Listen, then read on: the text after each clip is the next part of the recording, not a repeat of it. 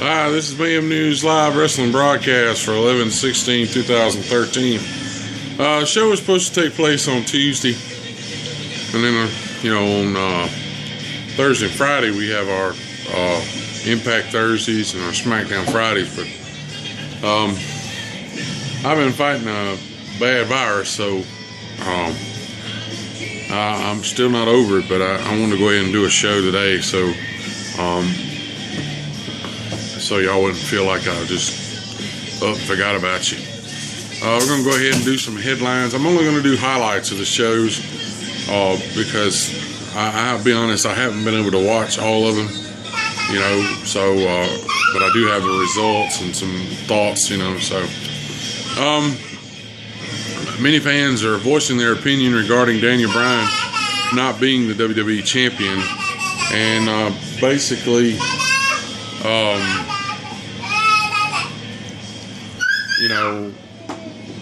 that he gets and now they're fussing because Big Show got a title shot.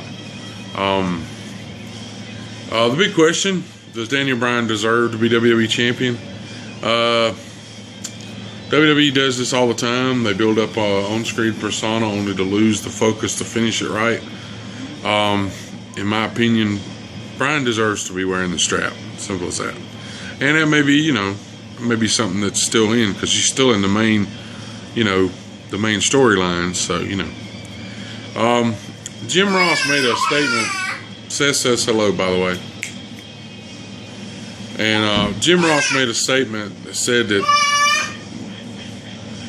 that Chris Benoit doesn't belong in the WWE Hall of Fame. Now, not to completely disagree with Jim Ross, but I beg to differ. I'm aware that Chris Benoit, by all evidence, was a person that committed a horrible act. However, by all accounts from his close friends, what he did on that day was not something that Chris would have done normally. So, by this being said, it's obvious that, that there was something tragically wrong. Something happened from the time he was last seen, the last time he talked. Something happened that caused him to kill his wife and his little boy, who he adored, and then kill himself. Now, there's a lot of people in this world, famous and not famous, that do things that can't be explained. And usually it's something that it could be a mental illness. It could be, yes, he had steroids in his body. Yes, he had painkillers in his body.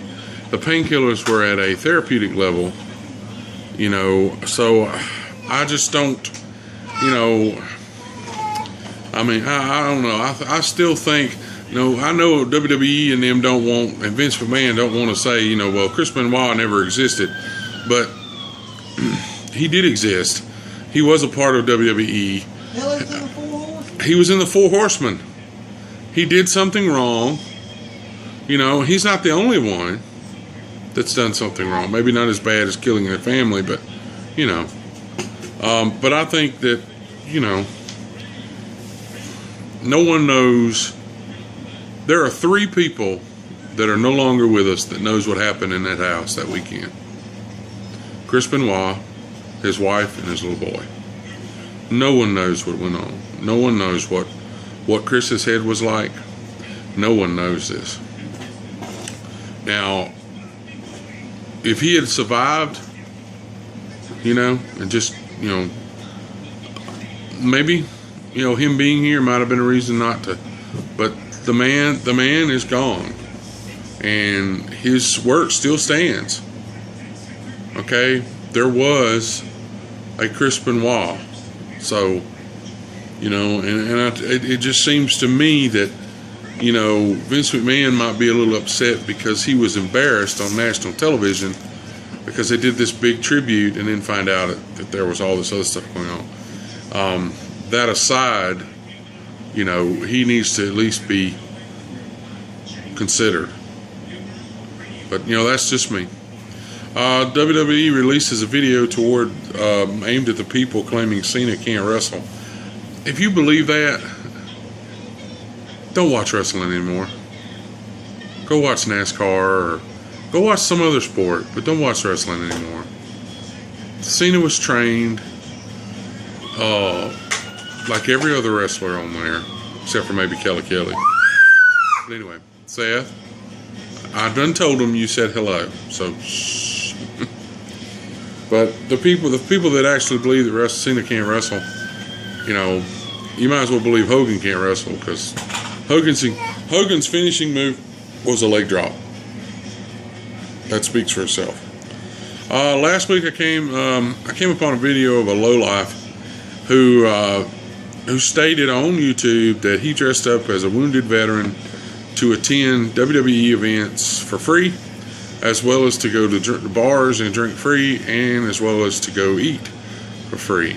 And I hope WWE, I've actually forwarded the video link to Triple H, Stephanie, and WWE via Twitter. I couldn't find an email I trusted to send it, so I just said, well, they'll see it on Twitter, we'll see. I mean, I really and truly hope that the guy, you know, gets what he deserves. Apparently there was a fan while WWE was in Manchester dressed as Superman, and for some reason WWE gave him a shirt to cover it up. I really don't know why. I guess maybe they're trying to give him a secret identity. I don't know. As you know, this is the 8th year anniversary of Eddie Guerrero passing away. He is gone but not forgotten. Viva la raza, and we're usually hashtagging thank you, Eddie. And Eddie touched a lot of people, and one of those people were Chris Benoit. And he also touched many wrestlers, Dave Batista. And I know that Dave Batista and Chris Benoit were affected extremely personally when Eddie Guerrero passed away. I can say that if he's probably looking down, and every time he sees Vicky Guerrero on TV, he's got this big old smile and gives that little shimmy, because I think he ought to be proud of her and his daughter. As soon as I get done with this, I'll get him to pick that stuff up. My son has the living room looking like a tornado hit it. He apparently thinks that all of his stuffed animals had to be in the living room this morning. So, and you know, blanket and his blanket and his pillow, and anyway. Let's see. WWE is actively, openly, literally, publicly trying to recruit Sting to face The Undertaker at WWE WrestleMania. And I know people are saying, he's happy where he is. But if you're a fan of Sting, as many problems as TNA's been having here lately, you really want him to be in the WWE. If anything, think about it this way. Alright, Sting is already a TNA Hall of Famer. If he were to come to the WWE, with WWE in talks and in a good relationship with the Ultimate Warrior, he could be inducted into the Hall of Fame once for the not Road Warriors. Somebody in the Road Warriors was thinking about me. For the Blade Runners, and then he could be inducted by himself, and would be, as far as I know, y'all correct me if I'm wrong, I think he would be the first 3-time Hall of Famer. He would be in every wrestling Hall of Fame except for maybe the high school or collegiate. I think Angle, if he ever comes back to WWE and gets a Hall of Fame ring, I think Angle would be the only one that would probably end up in all 3 of those, the collegiate and high school. But anyway, you really want it. I really do. The WWE is smart. It would be a good match. Of course, you knew 9 times out of 10 Sting would lose. And I know if he comes to WWE, he wants it to be something special, but which would make him, because I think it would be a great match. But anyway, that's just me. There's a member of Andy Kaufman, and if you don't know who Andy Kaufman is, I really don't know why you're watching wrestling, because Andy Kaufman is part of wrestling history. They're saying that he faked his death the year that he just said he died, and he plans to return. Who knows? All right, we're going to move on to Raw. It's going to be a kind of a short show because I'm going to be honest. I'm just going to highlight, the biggest highlight is the Wyatts and the Shield actually butted heads. This is something we've been hinting at and talking about since the Wyatts came about and began to rise up in the heel section of the WWE. So they've been going down this road a while. It's good that they finally come to this intersection. Of course, now they did team up together basically to fight a common enemy, which is CM Punk and Daniel Bryan, which the Usos came out and helped and kept Daniel Bryan and CM Punk from getting a pretty bad beating. Big Show comes out. Now I'm going to do this before I actually do the match that this happened afterwards. Big Show gives Orton basically a choke slam through the announce table and gives him a little taste of his own medicine. And afterwards, Orton got no comfort from the Shield or Kane. Kane actually told him, said, if you keep mouthing off, the Big Show is not going to be your only problem. Paul Heyman comes out and pretty much tries to, I'm in a wheelchair, I can't walk, and I've been beat up, and then CM Punk comes out and pretty much puts Axel to sleep, which is what he does to us most of the time, mainly because Paul Heyman's not there, okay, and pretty much beats the hell out of him with a kendo stick. You gotta give Paul Heyman credit. Okay, Paul Heyman does some excellent. His mic skills, his ability to make a scene, mean something on TV is just amazing. WWE, you want to know what's good for business? Keeping Paul Heyman on TV some sort of way. It's the only way. And announcing is fine, but if he's not able to use his in-ring mic skills toward a wrestling storyline, it would really be a waste. It really would.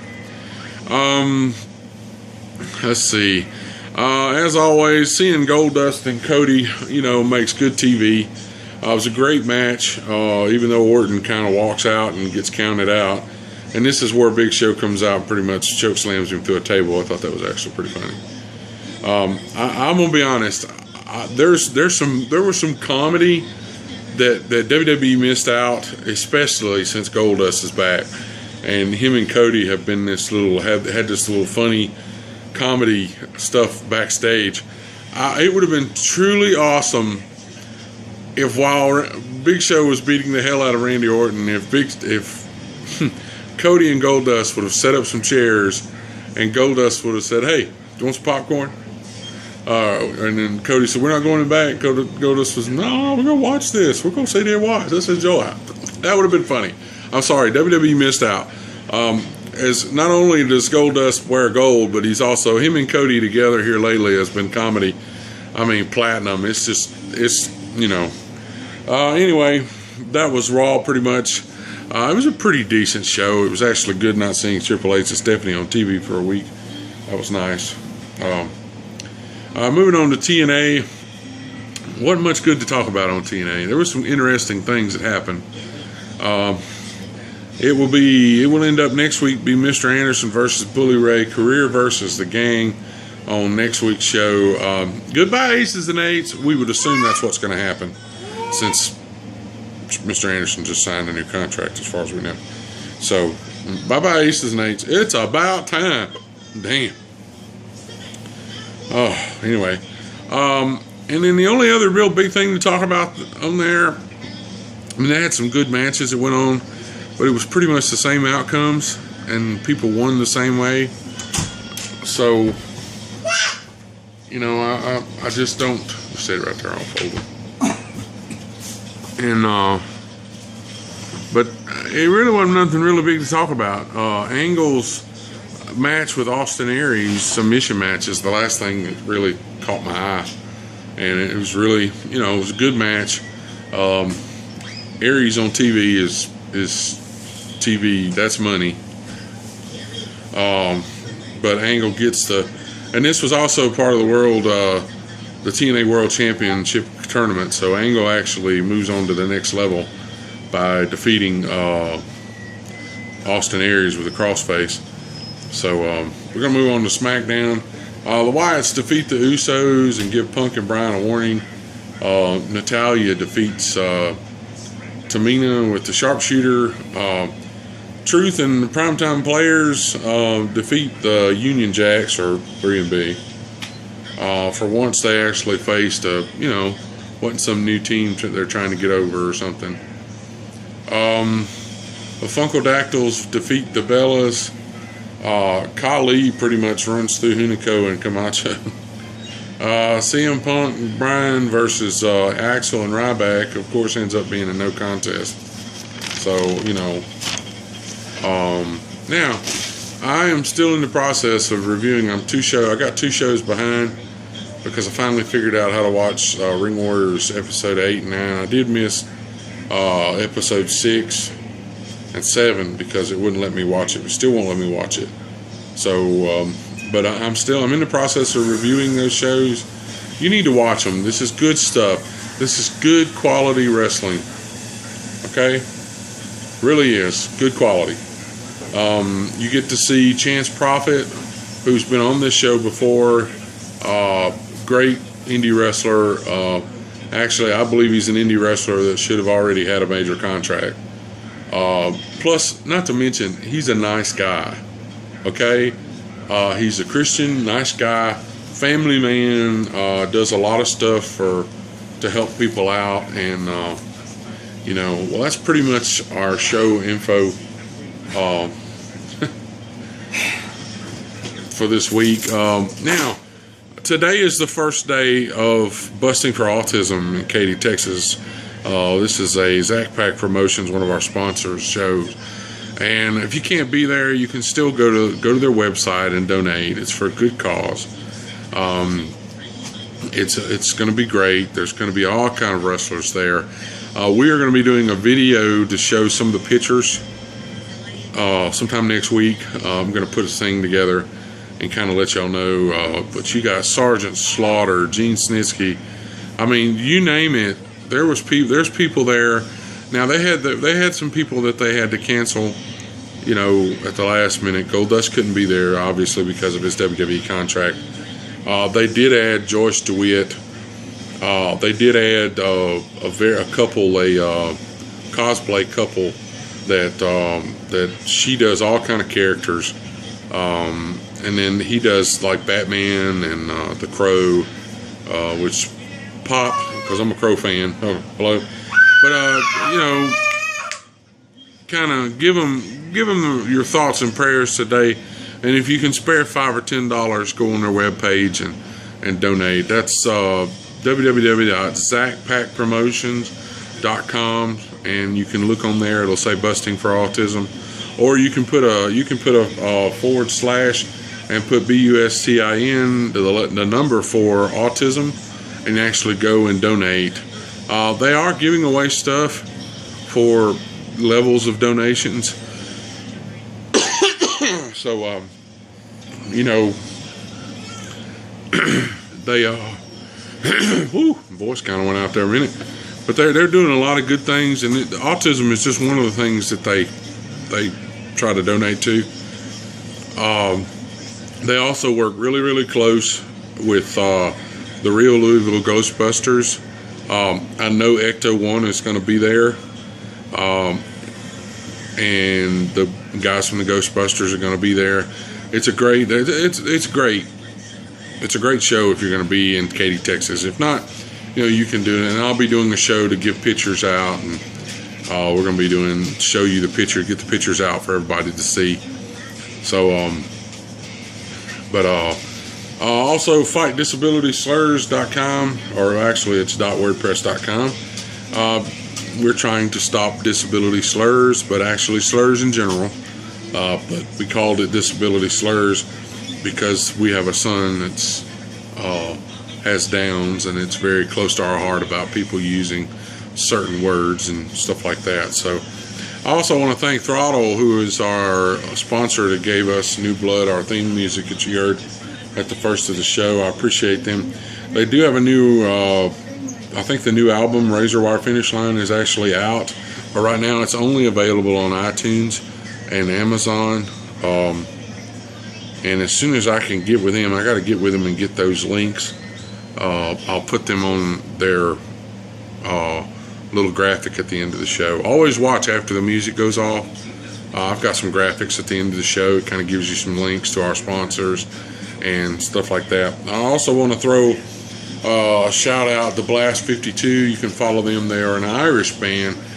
You can follow them on Facebook and just type in Blast 52. You can actually go to their YouTube channel. Actually, no, not Facebook, but YouTube. Type in Blast 52, and they actually have some of their songs on there. It's good music. You can follow them on their Twitter at Blast 52, or you can follow their drummer Stephanie at Blast 52 Drummer. And I also have their links on their graphics for their Amazon and iTunes. Their new album is called We Can Pretend.